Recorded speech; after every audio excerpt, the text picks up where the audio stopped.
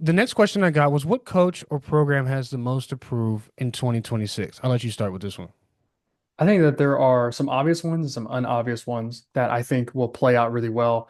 So to me, the first team that has something to prove to me is Miami. This is going to be somewhat of a hot take. They just made the national championship, I know. But when you go from what was like three losses the year before and you underperformed to this year, you had two losses and you really underperformed, but you got in luckily because you beat Notre Dame.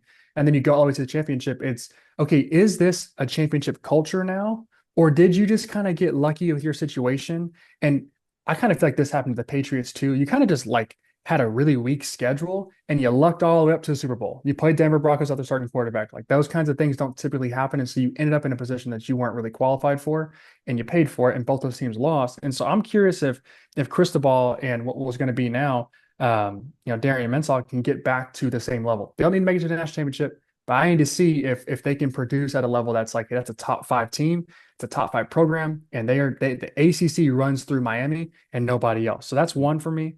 The second is going to be Notre Dame.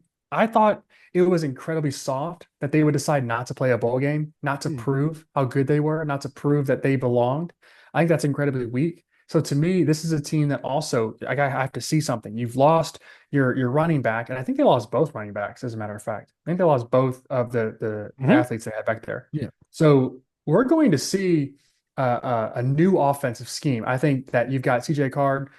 He's a really good player as a quarterback, but he got to sit back and rely on a run game, and defenses had to respect that. Do you replace your running back production? Can you get guys back? Or are you going to rely on your quarterback? And we saw that this year, that team was not as good having to rely on a quarterback over the run game like they did the year before with Riley Leonard. So that's number two. Obviously, LSU and Lane Kiffin's number three. You just can't, all eyes will be on this whole thing. It's he should have stayed, he should have stayed, he should have stayed. If he loses, it's he made the best decision ever if he wins. There's no in between. It's going to be very polarizing. He's already a polarizing guy. And so to me, he has a metric ton to prove because I think he's a really good coach, but he didn't bring his quarterback with him. He's bringing in a quarterback that I don't know if I trust all that much. And he's playing, I think, with better athletes, but not a better football team because these guys are all brand new as well. So there's not a whole lot of camaraderie. And I don't know what the hell Brian Kelly was building there. Number four is Texas Tech. Mm. Is this going to be a team that can redo what they did last year? The Big 12 did not reload. Utah lost their head coach and they brought somebody new in. Like, there's a lot of shuffling. BYU is going to be okay. I think BYU overachieved like last year. And so to Iowa State, Matt Campbell's gone. And so Kenny Dillingham lost his quarterback. There are a lot of schools in the Big 12 that are like trying to reload. Oklahoma State still stinks. They're not going to be great this year. And so can you take what you learned last year and let that translate into another playoff berth, and then ideally a competitive football game, your first game in the playoff? I want to see if Texas Tech can redo it. They do lose their starting quarterback. I do feel like he was kind of holding the team back a little bit. And Baron Morton start out the season hot, start out the season with like the most passing yards in the country, and then kind of faded away slowly. They have a red shirt player, but they also brought somebody else in too. So really interesting to see kind of where Texas Tech does this year. Number six, one, two, three, four. Number five, rather, is going to be Texas with Sark. I have to see something from him. He told us 3 years ago that in 3 years, if he's not making the playoffs, something's wrong. It's 3 years, he didn't make the playoffs, something's wrong. And so I need to see it from him. You've consistently reloaded with talent. Your offenses look really bad against good competition.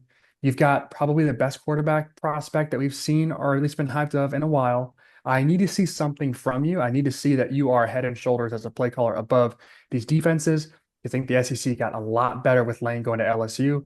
I think the SEC is going to reload with Georgia and Kirby. And so I think Alabama's going to be really good again. So there's a lot that I think is in front of Texas. And Sark needs to win one of these big games. Like, he can't just keep Yes. being competitive but losing.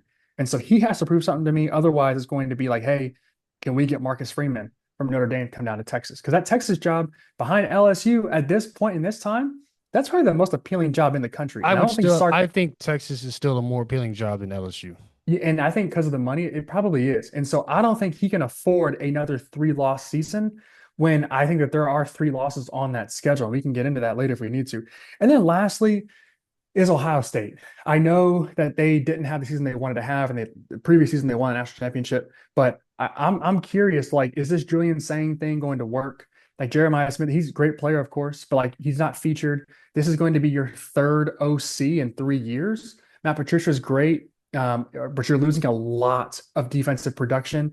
Like, do you retool really well? Are you going to replace guys with the portal? We're going to find out if some of those guys did hit or not. I need to see what Ryan Day cooks up because he had essentially a year where he did not beat Michigan, but won a national title, which is cool. But I need you to see, like, put the whole thing together. Beat Right. Michigan. I need you to be really competitive. And honestly, like, if you lose to Kurt Cignati again in the Big Ten championship, I'm okay with that. I have to see you look good against everybody else. And I hate that Mhm. they play such a weak Big Ten schedule. That changes a little bit, but I'm gonna need to see something from Ryan Day specifically, even though they went out and they lost, 2 games to the national title team and then the runner-up. So I'm not upset about that, but I need to see them like bounce back because, like you said last episode, the Big Ten does run through Ohio State, in your opinion, and most people would agree with that.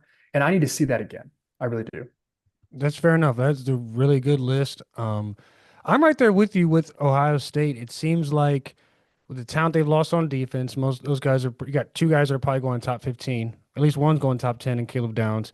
And then Jeremiah Smith just kind of feels like this not bigger than the program kind of guy, but he feels like, okay, we're just waiting for this guy to go to the NFL. Like he's almost wasting his time in college. They won a national championship already. He's kind of already peaked as what he not what he could be, but for what the hype is and for how good he can be. I mean, people already tout him as, the best player in the sport. It feels like there's almost more that we should be getting from him though. It feels like if he would have left college after last year or has a similar season like he did this year and next year, it almost seems like not unfulfilled, but like there could be more there. And I'm not saying he needs to be the greatest college wide receiver of all time, but that's the talent that he does have.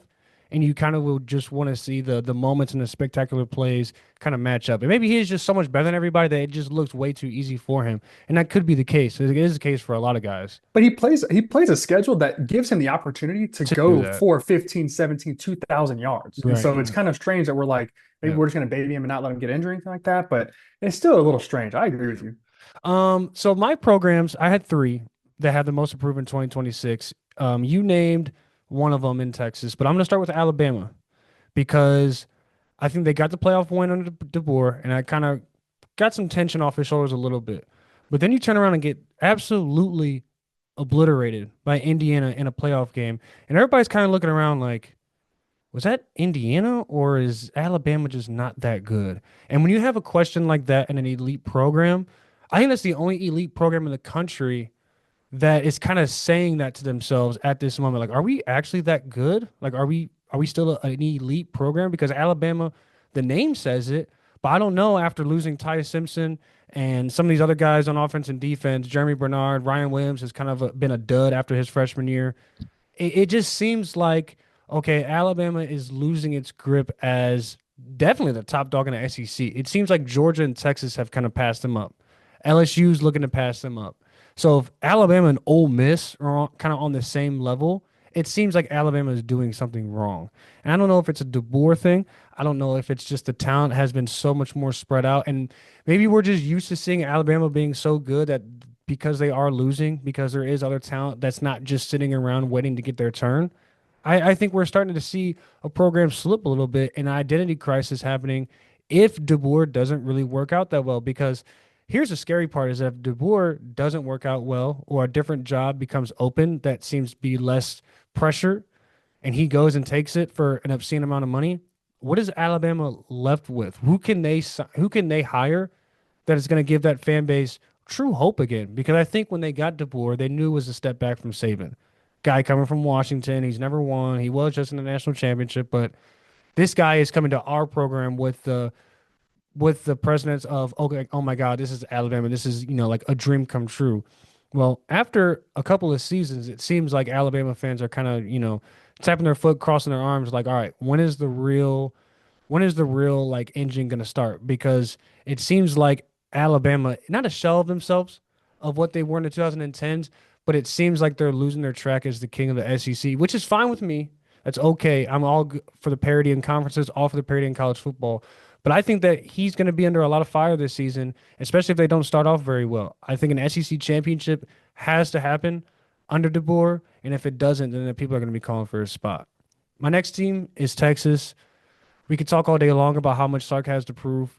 I think that he has, I want to say failed Arch Manning, but I think that last season was not the step in the right direction as far as what you look like coaching your quarterbacks or how you kind of handle your quarterbacks that are kind of struggling or failing. Because there's a lot of times in the season where you would catch sound bites from Sarkesian talking about Arch Manning, and it didn't really seem like the accountability was there. And I'm not saying that he needs to take the blame for Arch Manning's failures, but it seemed like he was just kind of threw his hands up like, hey, I've given him all the resources I can get. The kid just needs to come out and play. And it's like we would be watching. And if you listen to our really old episodes back during the season, we'd be sitting there asking each other, like, what is he scheming up for Arch Manning? He's not scheming up anybody open. He's making Arch Manning literally have to do everything on the field. And you would think because he's at Texas that he can, when Arch Manning is just an inexperienced quarterback who has to learn how to do these things. And of course, his play picked up later on in this season. But a lot of question marks that we had were more so about Sarkisian and his ability to call offense against these big schools and these big games versus Arch Manning's actual talent. Now, I question Arch Manning's talent a little bit because I'm like, okay, this kid just doesn't see the field as well as he should. And that's not something that can be coached.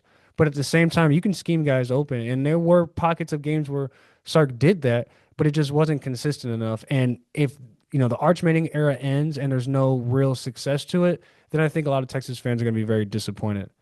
And then my last school that I think that has a lot to prove in 2026 and the quarterback coming back definitely helped that case is Oregon.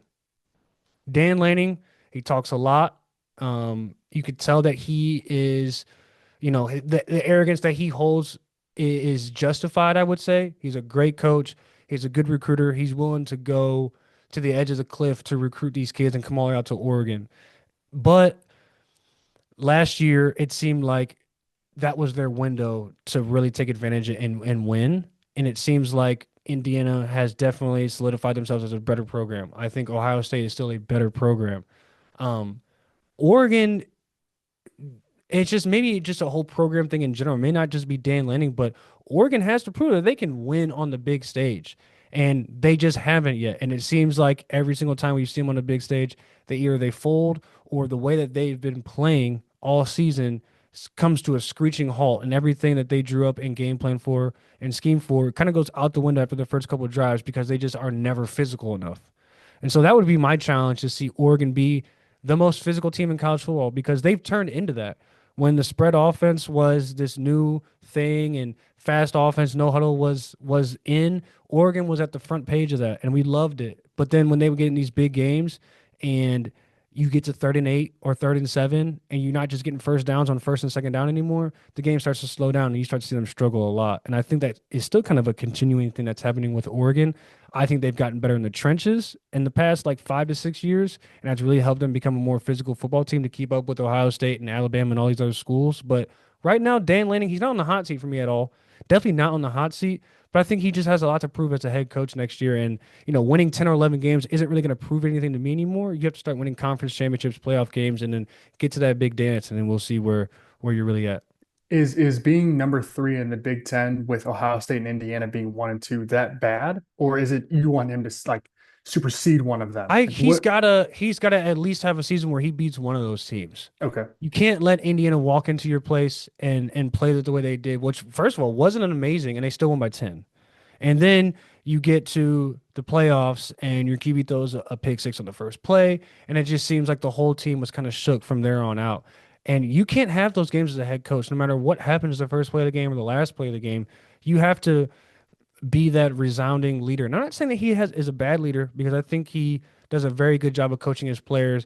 And he kind of is like the better yin and yang of like a Nick Sirianni who is like so emotionally involved and wants to make these big like haymaking moves and he wants to be the face of the team and he wants to yell at the crowd and middle finger the opposing crowd. And I think Dan Lanning kind of has a little bit of that in him too, a little bit more professional, not as arrogant as Sirianni. And then Sirianni's won a ring, so he can kind of act how he wants. And per se, I think Dan Lanning kind of comes from that similar tree, but I want to see him win. And like I said, not just 10 or 11 games. I want to see conference championships and then those playoff wins. that's interesting. I really like Dan Lanning. I think he's a great coach. I think he's a great recruiter. I think that he's building a really good culture. I going into this season, past one, Nobody expected Oregon to be very good. They lost their quarterback. Dante Moore is decent, but like they also were supposed to retool at a lot of positions. And this coming season was supposed to be the one where we all look at it and say, okay, they're going to be ready. And so this is a year where that's not a prove it for me because I think Dan Lanning's really good and being third in the Big Ten with where they are right now, like he jumped past James Franklin quick. Yes. And to me, I was like, okay, wow, this guy can really do it. Now, you don't beat the best team in the country. You lose to Ohio State in embarrassing fashion in the Rose Bowl, and then you lose to Indiana in embarrassing fashion on the way to go to the championship. So, like, I'm not as upset about the way that they lost. I mean, teams lose and you lose by big or small margins. I'm not upset about that. I don't know what you're supposed to do when you are you're the third best coach in the conference. And I think he has a better roster than Indiana does, not than Ohio State. And so I don't, like, I think he just needs to be in a situation where maybe he plays a first round game, he stops getting his ass beat after getting a bye. But like, I don't know I think they're doing just fine. You keep winning 10, 11 games, you keep being ranked in the tide, top 10, top five. I mean, yeah, you might lose in a first round, but it's like you could do a whole lot worse. And I feel like Dan Lanning is a guy where if he was available, a lot of schools that you would not expect would be like, yeah, we'll take him. So I don't know how I feel about that, but I do agree he has something to prove. He needs to win a big game, kind of like the whole Ryan Day thing. He's made such leaps with Oregon already that it's just hard for me to really understand. I feel like if he was in the or the Pac-12, we'd be having a different conversation because he would be number one. But DeBoer used to whoop his ass too, and he never beat DeBoer. And so there is something there about him getting out coached that is there, and it's either a maturity thing or it's just like, hey, maybe he's not as good of a coach as the top tier guys. Right. We'll find out.